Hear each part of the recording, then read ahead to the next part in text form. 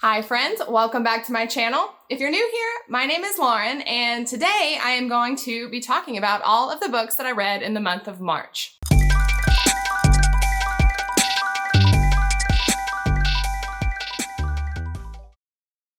So this past month, I read a grand total of 7 books, and across those 7 books, it came out to a little over 2,900 pages. These are 6 of the books that I read. They're physical copies. I also read Catherine House, which I got on from Libby and read it on my Kindle. Within the 7 books that I read, 4 of them were science fiction, 2 of them were fantasy, and then whatever you would call Catherine House, maybe like gothic fiction with just a smattering of magical realism. I feel like it was a really good reading month. I liked everything that I read. There wasn't anything that I felt like was just, the most perfect book I've ever read, but there were a couple in there that were awesome that I think I would probably read again. So overall, a really good month. Today, I think I am just going to talk about them in the order I read them in. So let's get started. So the first book that I read this month was Station 11 by Emily St. John Mandel. This book is I would call it post-apocalyptic fiction. But it definitely has a sort of literary feel to it. This was actually a book that I buddy read with one of my friends who got me this book for Christmas. So we decided to buddy read it together, which was a great experience. It's the first buddy read that I've ever done before, and it was really a lot of fun. If you aren't familiar with this book, there's a flu pandemic, which a good timing to read a book about a pandemic. But there is a pandemic that hits and a massive portion of the population is killed off. And this book is kind of about the aftermath of that. This book is told in multiple POVs. It jumps back and forth between this sort of post-apocalyptic wasteland and the past, everything that sort of led up to the pandemic and then, everyone moving on from that. It is incredibly well written. This is the first Emily St. John Mandel book that I've ever read, and I was very impressed with how well she writes. Overall, I really enjoyed this book. It spent a lot of time just sort of ruminating on the aftermath of a pandemic. It wasn't a particularly fast-paced plot. It wasn't a fast-paced plot at all. As a matter of fact, this is a pretty quiet story. It was a very reflective story. I think that for me, I generally prefer a little bit more action. I do really enjoy apocalyptic type books, but I think I've read enough of them at this point that sort of kind of, reading about the aftermath of an apocalypse, I've read a lot of that already. So it was a little slow for me, but like I said before, the writing style is incredible. It is really amazing. If you are someone who really likes a well-written story, like very well written, I think you would probably really enjoy Emily St. John Mandel's style of writing. I ended up giving this book 4 stars. I think that as far as just the general content in the storyline, it was a little bit more of an average for me, maybe 3 stars, but the writing was easily, it was a 5-star writing. So I feel like that kind of quite fairly averages out to 4 stars. The second book that I read this month was Catherine House by Elizabeth Thomas. This, I would classify it, it's very clearly gothic fiction, but it definitely has some, I guess, magical realism elements to it. I don't know, it's hard to decide what genre this is. If you've read it before, I would love to hear your thoughts down in the comments.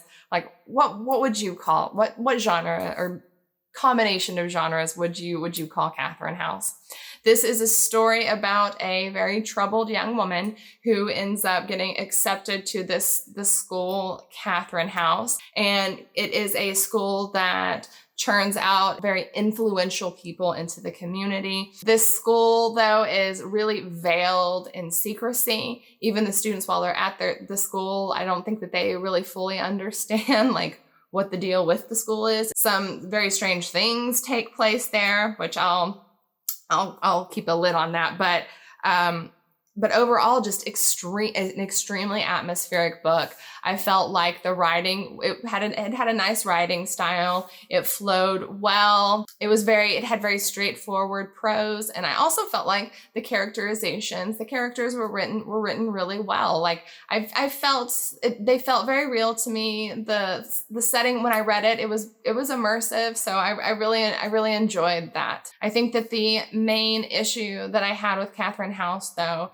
is that it was not clear to me if there were themes or a theme to this book. I kind of came away from it not quite understanding what the author was trying to say. It's kind of a weird book. I'm not gonna lie, it's a little bit weird, and I don't mind a weird book at all. I can really get behind a weird book, but I feel like there has to be a reason for it to be weird. It needs to have some sort of message or theme or something. Because of that, I ended up giving it 3 stars, which for me, 3 stars is an average book. Like it did its job as a book. It entertained me. It was fun to read. I liked my experience reading it. Yes, I know that I am giving this book 3 stars, but for the life of me, I do not understand why this book only has 3.11 stars on Goodreads. Maybe it doesn't wrap the storyline up in a nice, neat little bow, which I know that bothers some people. It doesn't bother me at all. That's the only reason that I can think of that this book has such a low rating. To be fair, I've only read 2 Gothic fiction novels, this and Mexican Gothic, and I know for a fact that Mexican Gothic has much better ratings, but Catherine House is a better book, in my opinion. Just generally, I think that if you go into this book knowing that it's not going to all be totally explained. Even after I read it, I was like Googling, like, what does this mean? Like, what was really going on there? If you're cool with that and you want a really atmospheric Gothic style fiction novel, then I would really recommend that you pick up Catherine House. So the third book that I read this month was Paradox Bound by Peter Clines. I picked this up because I needed a book for the Buzzword Challenge that fit the March prompt, and the March prompt was time. And this is a sci-fi novel, and it is about time travel. It has a bunch of time loops in it and multiple paradox, more than one paradox, whatever. Anyway, this book, I'm not really sure how to describe it. It's about a young man named Eli Teague who, whenever he's a child, he runs into a woman she's wearing clothing from like the 18th century or something, and has a quick interaction with her, and then she's off. And then he continues to think about her over the years as he grows up, always kind of curious what that was about, then runs into her again. And what can I say without ruining this? I guess this could be a mild spoiler, but it's on the back of the book. She's being chased by some sort of faction, and he ends up getting involved with her and getting on the run with her. And then this major adventure ensues. This book, this book was candy. It was absolutely delicious. I had so much fun reading this book. It was super action-packed, very fast-paced. It was just an adventure. So if you're the kind of person who likes a lot of action, a lot of adventure, this was a good one. If you saw my last tag video, one of the questions asked about my favorite tropes in books, and I talked about time travel and time loops being something that I really enjoy in books. So, this really was very satisfying in this way, getting to read a book that was one of my favorite tropes. It wasn't a perfect book. I mean, it's pretty simple. It's not the most well written, but it's good. Overall, it was a concept that I really liked. I think one thing that I didn't really like about it was that some of the logic there wasn't a lot of logic for many of the things that happened, which, it is time travel. And I get that, like it's not real, or it's hypothetical. So things like that can't be perfectly explained, but still, I have to be convinced at the very least. I have to be convinced that there is, just a fraction of truth in it, a fraction of believability. And I was having to sort of suspend my disbelief a little too hard. It was still worth the ride though. I actually ended up giving this book 4 stars. And, though it had some flaws with logic, it was just such a fun and delightful book to read. It was easily a 4-star experience for me. If you like time travel stories, and if you like a lot of twists and turns and high adventure, I really suggest that you pick up Paradox Bound. The 4th book that I read this month was Stories of Your Life and Others by Ted Chiang. This is a collection of sci-fi short stories. I think probably the most well-known story out of this collection is Story of Your Life. It's the most well-known in pop culture because it was the story that inspired the movie Arrival, which if you haven't seen that movie or haven't seen it in a while, you need to go and watch it. After I read this book, I went and watched Arrival again. I loved it the first time around, but then watching it again, that movie is an absolute masterpiece. The reason that I decided to pick this book up is that I was supposed to read A Deadly Education this month, but I could not get my hands on it. The wait to read it on Libby is like 3 months long. I'm still on that waiting list. I don't know if or when I'll ever get to read it, or if I'll get to read it anytime soon. I couldn't get a hold of it used, and to buy it new, it was like $25. And I want to read A Deadly Education, but I don't want to read it $25 worth. So, I was like, I'm just going to pick up something else. So that is why I decided to read Stories of Your Life and Others. Overall, I really enjoyed this book, and the main thing that made this book as good as it is Ted Chiang's writing. He is such a good writer. Like those words don't even almost begin to express how sublime his writing ability is. It is pure perfection. After I read this book, I looked him up and read more about him because I was so impressed with the writing of this.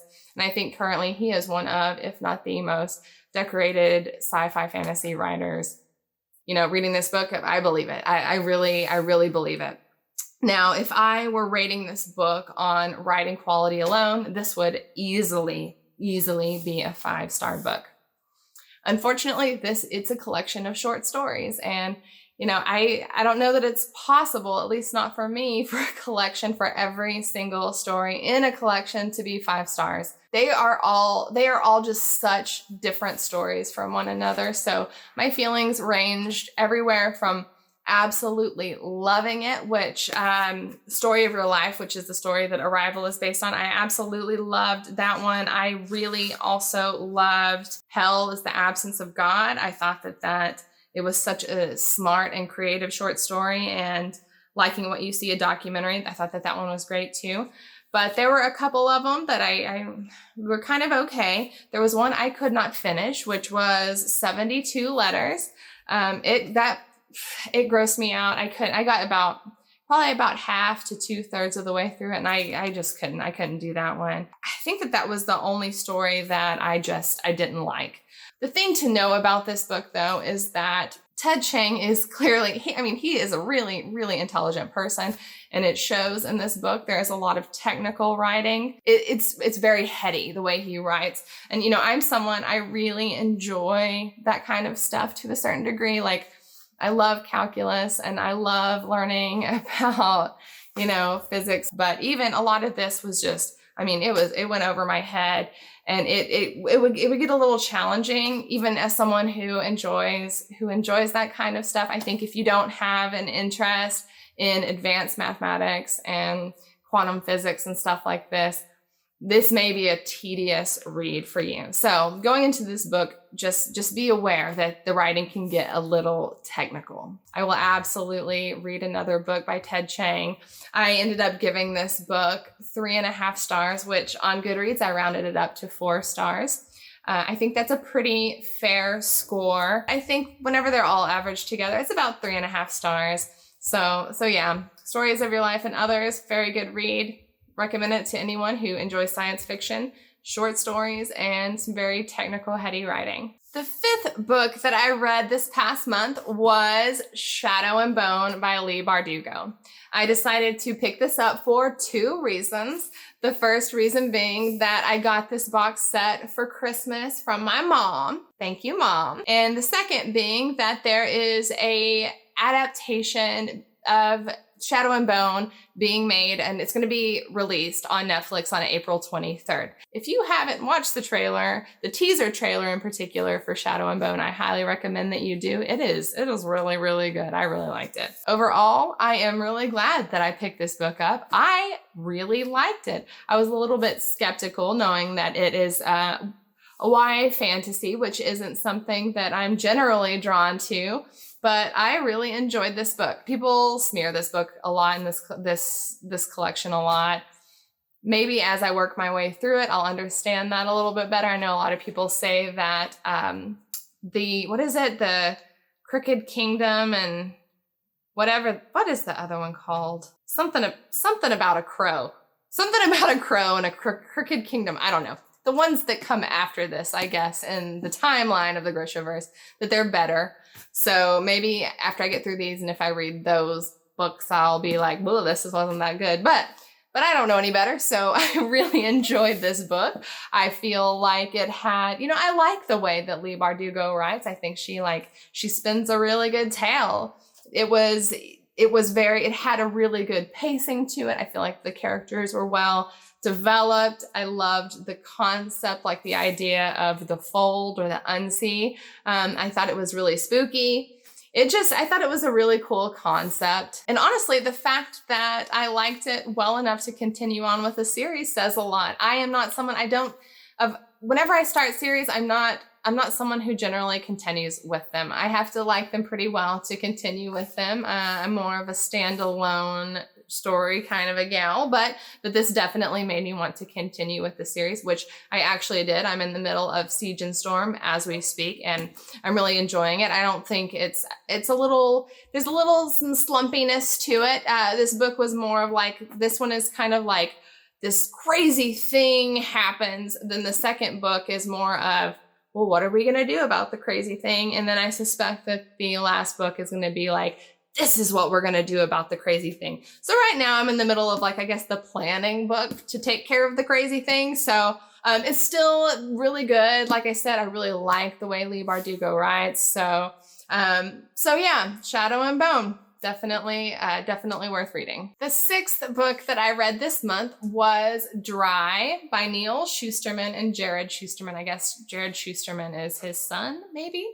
This is a apocalyptic young adult fiction novel, and it is about a scenario in which the water in, I think, Southern California has run dry, and kind of the fallout of that happening. The people, more or less, everyone, they're in a panic because there is no water and people are, so thirsty, and everything's just kind of falling apart.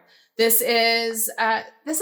like this book pretty well. I think, over the past year, I've probably read at least a dozen apocalyptic, post-apocalyptic, dystopian books. And given the current situation that we've been in for the past year, having a pandemic and being in lockdown, at first it was fun, not the lockdown, this is all terrible, but it was fun to read books that were about it. For me, that's troubling to some people, but for me, it's comforting because it's we're in this horrible situation right now, but it could be worse. I think that getting to Dry, I think with this book, I reached my limit on apocalyptic novels. I got about a quarter into this book and I was like, you know what? I think I'm over apocalyptic novels.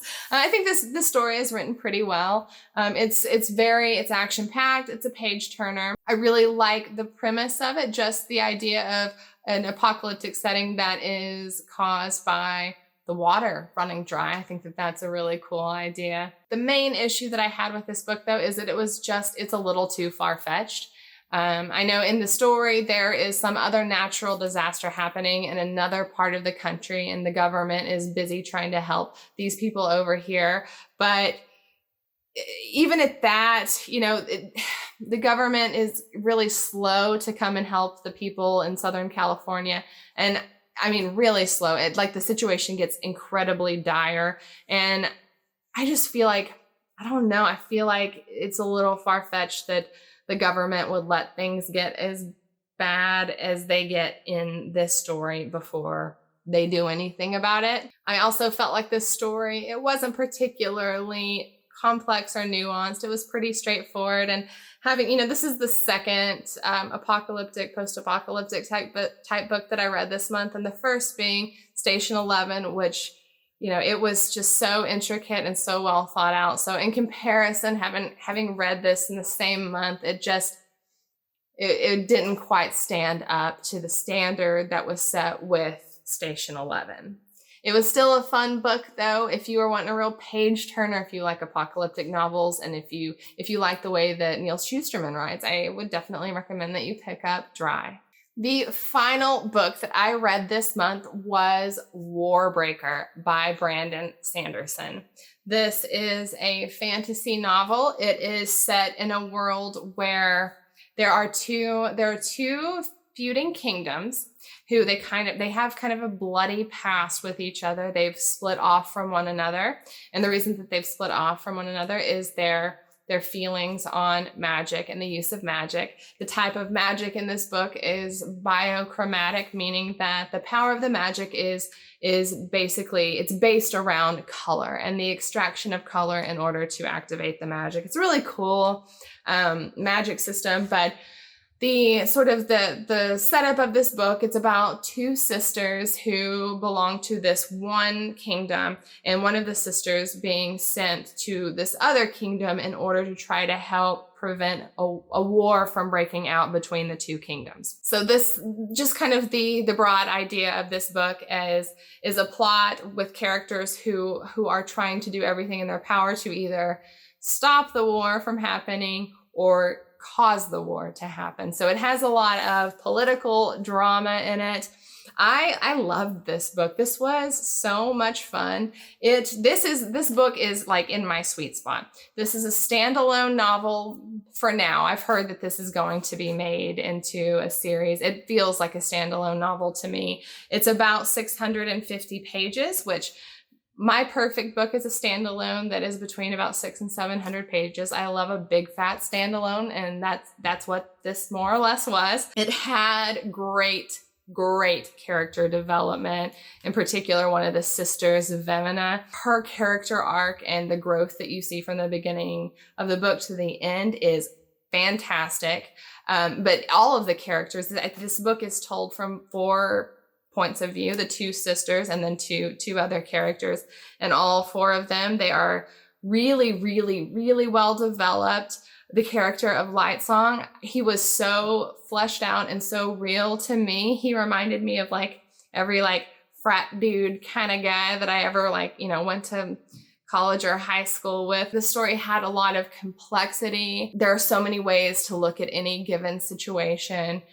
Everybody has a different perspective on the situation and how things should be and what should be done. I don't know. It was very multifaceted. I thought it was really well written in that way. One thing that I feel like this did not get 5 stars from me, and the main reason that it didn't is because there's a little bit of cheesiness. The story has a talking sword. I'm not gonna lie. I mean, the sword was cool. It had a good personality, but it was like, it felt kind of like a sword version of the Sorting Hat from Harry Potter, which was fine for Harry Potter because that's like a middle grade series. This is an adult series. So if you imagine someone in a story having a sorting hat as their companion, it's like, it made me think of, if the sorting hat had a baby. Also, I kind of wish that the magic had been a little bit more fully explained. Whenever a character would, ask how this works or why this works, like what this magic system is about, it would just kind of be like, oh, we don't even really understand why it works, which I think was just a teeny tiny bit of a cop-out. I would have liked a little bit of explanation as to how and why the magic system worked. All of that being said, this book, I loved it. I thought it was great. I gave it 4 stars. This was my favorite book that I read this month. The way Brandon Sanderson writes, everyone knows it. He is an SFF god. His writing, it's just impeccable. If you have any interest in a fantasy novel that uses color as part of its magic system, something that has a lot of action and adventure and sword play and things like that, I definitely recommend that you pick up Warbreaker. So I think that is going to be it for me today. Those are all of the books that I read in the month of March. I hope you enjoyed hearing about them. If you have read any of these books and enjoyed them, I would love to hear about your thoughts down below in the comments. Also, if you read anything in March that you really enjoyed, please let me know down below what those books were. I am always looking for my next great book recommendation. If you enjoyed this video, I hope that you will like it and maybe subscribe, and I will see you next time. Bye.